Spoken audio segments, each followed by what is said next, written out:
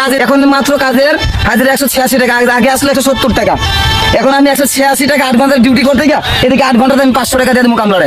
ওরে বাবারে বাবারে, কত ইনকাম চা বাগানের মধ্যে। চেয়ারে বয়া বয়া দেখলাম, কইলো চা বাগানে ব্যবসা অনেক লাভজনক, হ্যাঁ অনেক লাভজনক। আরো বড় তুলবো, আরো বড় নতুন নতুন উদ্যোক্তা সৃষ্টি করব। আমরা উদ্যোক্তা হইমু, হ্যাঁ আমরা উদ্যোক্তা হইমু, আমরাও চা বাগান তৈরি করবো। না, এটার মধ্যে কোনো ফেলো নাই, কথা বলছো? এরকম খুশি এরকম করা লাগবো। যাই হোক, চার শ্রমিক ইউনিয়নে দেখলাম সংবাদ সম্মেলন করছে। সংবাদ সম্মেলনের মধ্যে যে মিথ্যা কথা কইছে চেয়ারম্যানে চা বুড়ের, ওইটার প্রত্যাহার ঘোষণা করছে। হ্যাঁ, প্রত্যাহার করা লাগবো।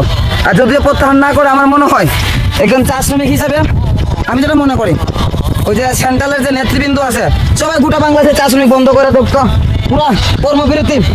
এর আগে কোয়া লাগবো সত্য ঘটনা কি, আমরা কি সত্যি 4 ঘন্টা কাজ করি না, 3 ঘন্টা কাজ করি না, 8 ঘন্টা কাজ করি না, 9 ঘন্টা কাজ করি না, 1 ঘন্টা কাজ করি, এটা কোয়া লাগবো।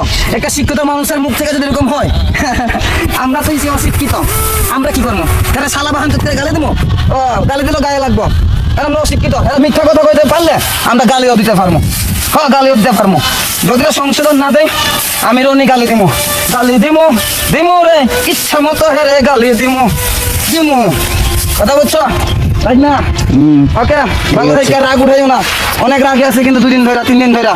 এটা যেহেতু সংবাদ সম্মেলন হয়েছে, সঠিক তথ্য চাই, সঠিক উত্তর চাই।